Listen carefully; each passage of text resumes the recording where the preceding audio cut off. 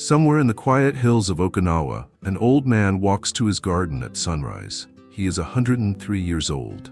His hands are wrinkled, his back slightly bent, but his eyes are clear. He picks a handful of green vegetables, thanks the earth with a whisper, and returns to a wooden house where his wife, 98, is preparing breakfast.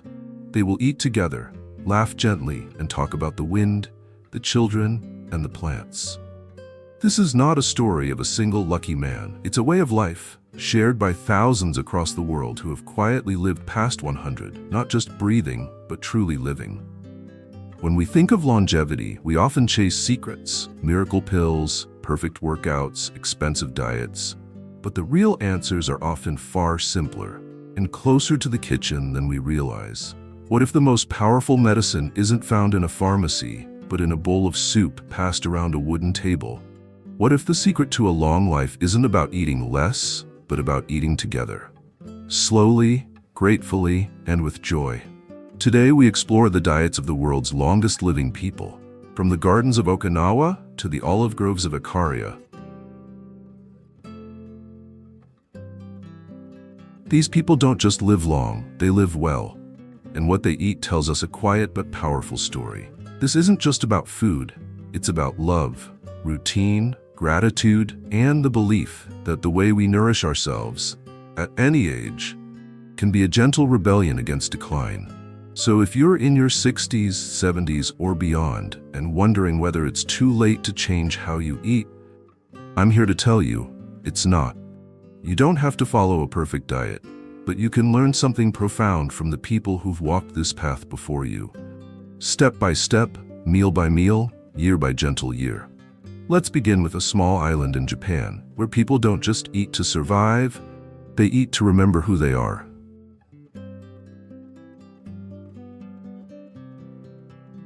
In Okinawa, longevity is not a goal. It's a side effect of a deeply intentional way of living. And it begins, most humbly, with how they eat. They have a saying here, harahachi bu.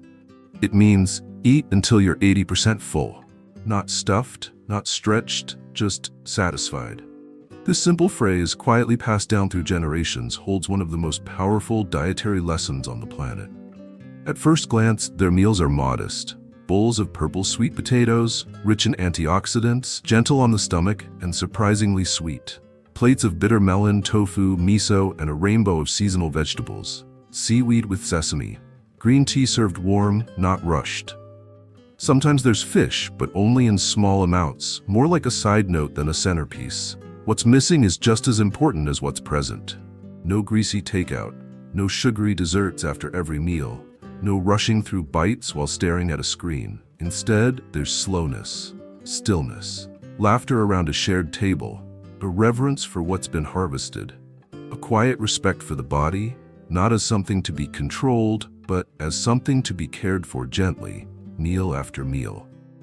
Researchers have long been fascinated by Okinawa's centenarians. They suffer less from heart disease, cancer, and dementia than almost any other elderly population in the world.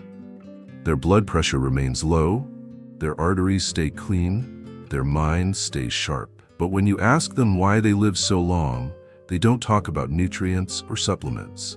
They talk about their garden. They talk about eating slowly. They talk about gratitude. One 101-year-old woman, when asked her secret, said simply, "I eat with people I love.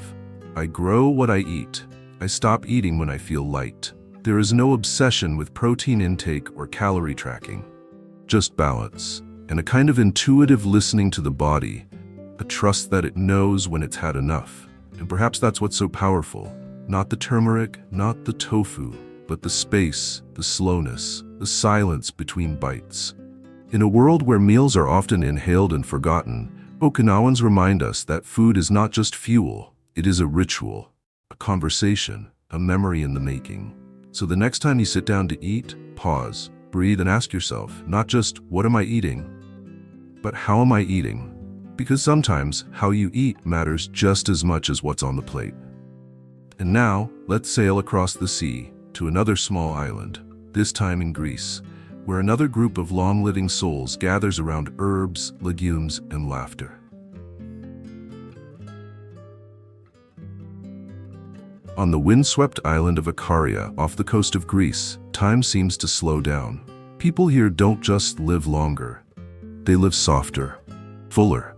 And when scientists came to study why so many of them live well past 90 and even 100, they discovered something remarkable.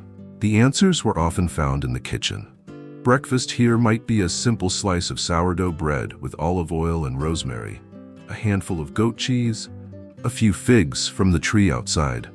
It's not a feast, but it fills you with warmth. Lunch is the true ceremony, a lentil stew simmered slowly with garlic and wild herbs, braised greens, bitter, healing, picked fresh that morning, a drizzle of deep green olive oil, rich in heart-protective compounds, and a glass of red wine, not to escape, but to celebrate. But beyond the ingredients, something else is at play.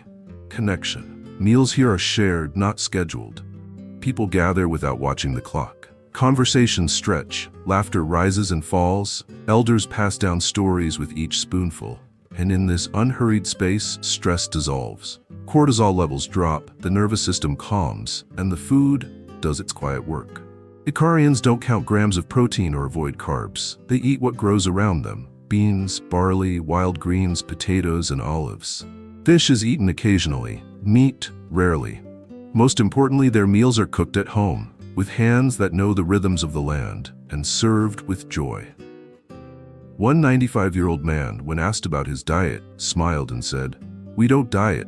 We eat what our mothers ate, and we eat together." That last part matters more than we realize. In a modern world where loneliness shortens lives more than smoking, the Icarian table becomes a place of healing. Not just for the body, but for the soul. They don't rush digestion. They don't eat while scrolling. They don't eat alone in silence every day. Instead, they gather. They toast to small things. They listen. And perhaps this is why heart disease and dementia are so rare here. Not because of some magical bean, but because the meal itself is a moment of meaning. So the next time you prepare dinner, consider this. Can it be simpler? Can it be shared? Can it be slower? From the hills of Okinawa to the shores of Ikaria, the message is clear. When food is treated like a gift, life stretches just a little further. Next, we journey to a place where the sun is strong and the faith is quiet. Nicoya, Costa Rica, where a humble dish of corn and beans sustains life longer than any supplement.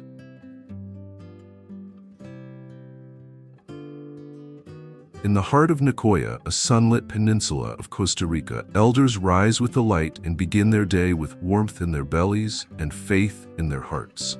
They may not know the word longevity in scientific terms, but they live it. Step by step, bite by bite. Their diet?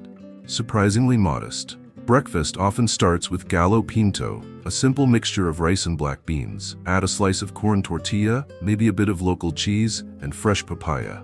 No fanfare, no superfoods, just local ingredients, unprocessed, untouched by marketing, and filled with quiet power. What sets Nicoya apart is not just what they eat, but what they don't. They don't consume heavily processed foods. They don't overload on red meats or sugary snacks. They don't count calories, but they do honor hunger and fullness with natural rhythm. Their main sources of protein come from the land: black beans, lentils, squash, and occasionally small portions of chicken or eggs. But it's not about the food alone, it's about the spirit surrounding it. Many of the elders here live with a deep sense of purpose, what they call plan de vida, a reason to wake up, a reason to tend the garden, a reason to cook for a neighbor, to pray, to walk, to share a meal. And that reason becomes nourishment too. Their food is grown in soil they know by name.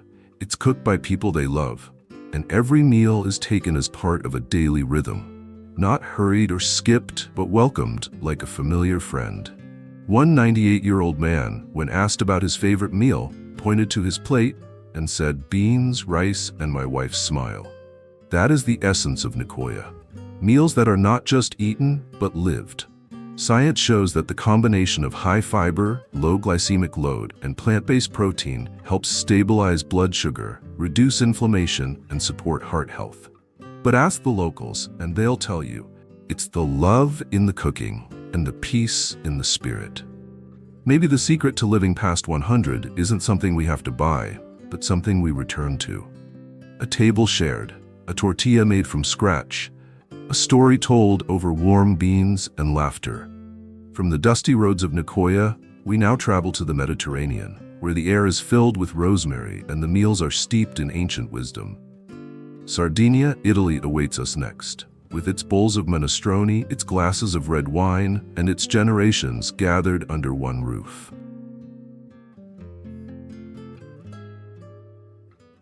In the rugged hills of Sardinia, nestled between the mountains and the sea, families gather daily for a meal that is more than food. It's a ritual of remembering. Here, among the world's highest concentration of male centenarians, eating is not merely survival. It is heritage. Sardinian meals begin slowly, often with soup, not just any soup, but the humble and hearty minestrone, simmered with beans, potatoes, carrots, tomatoes, and a mix of wild greens that only locals can name. This dish, simple in its ingredients but rich in flavor, is eaten year-round, generation after generation. In many families, the recipe hasn't changed in over 100 years. Alongside the soup comes pan and carousel, a traditional flatbread, baked thin and crisp, soaked lightly in broth or olive oil. Some elders eat it with a bit of pecorino cheese, made from the milk of grass-fed sheep that still roam the nearby hills. And of course there's red wine, a glass, maybe two, of Cannano, rich in antioxidants, sipped slowly during conversation. Not to numb the mind, but to warm the spirit. But food is only half the story. What's remarkable about Sardinia is who is around the table. 3 generations, often more, gathered together not just for holidays but for ordinary days. Children pass bread to grandparents. Grandparents tell stories between bites. No one eats alone. No one eats in silence. Meals stretch long into the evening, not because there's more to consume, but because there's more to share. Researchers studying the Sardinian diet note the low meat intake, the high fiber, the plant-based emphasis, and the natural movement built into daily life. But Sardinians don't think in nutrients. They think in traditions. An old man once said, "This soup is what my grandfather ate and his grandfather before him. When I eat it, I remember them. I don't feel old. I feel connected." That connection, across time, across generations, nourishes in ways no supplement ever could. And perhaps that's the deeper truth of the Sardinian table. It feeds not just the body, but the identity. It says, you belong. It says, your story continues. In a world that moves too fast, where recipes are lost and meals are eaten standing up, Sardinia invites us to slow down, to cook something our grandparents might recognize, to sit a little longer, to remember.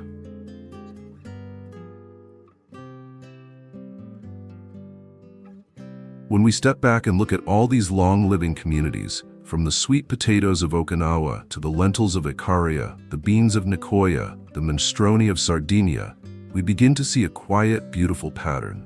It's not about a single superfood. It's not about expensive diets or new trends. It's about simplicity, connection, rhythm, intention. Every one of these communities eats mostly what grows nearby: plants, grains, beans, fruits. They avoid processed foods, not because they've read an article about it, but because they never needed them to begin with. They move, not in gyms, but through gardens, chores, walks with friends.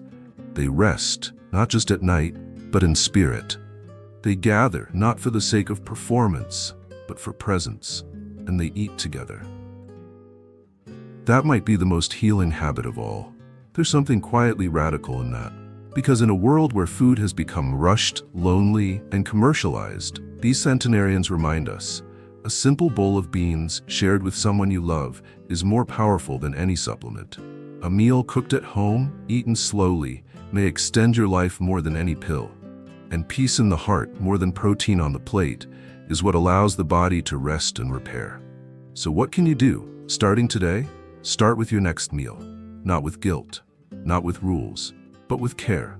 Ask yourself, can I make this simpler? Can I fill my plate with color from the earth? Can I sit down without distractions and truly taste each bite? Can I call someone I love and share it, even if it's just over the phone? You don't need to live in Okinawa or Sardinia to start living better. You just need to begin wherever you are, with what you have. Maybe your version of minestrone is vegetable soup with rice. Maybe your version of Okinawan tea is chamomile on a quiet afternoon. Maybe your garden is a windowsill with a pot of basil. It's enough, more than enough. Because the path to a longer, fuller life isn't paved with perfection. It's paved with small acts of nourishment repeated over time, with love, with purpose, and with people. So eat with joy, cook with patience, live with meaning, and let every meal be a reminder that you are choosing life. Not just more years, but better ones.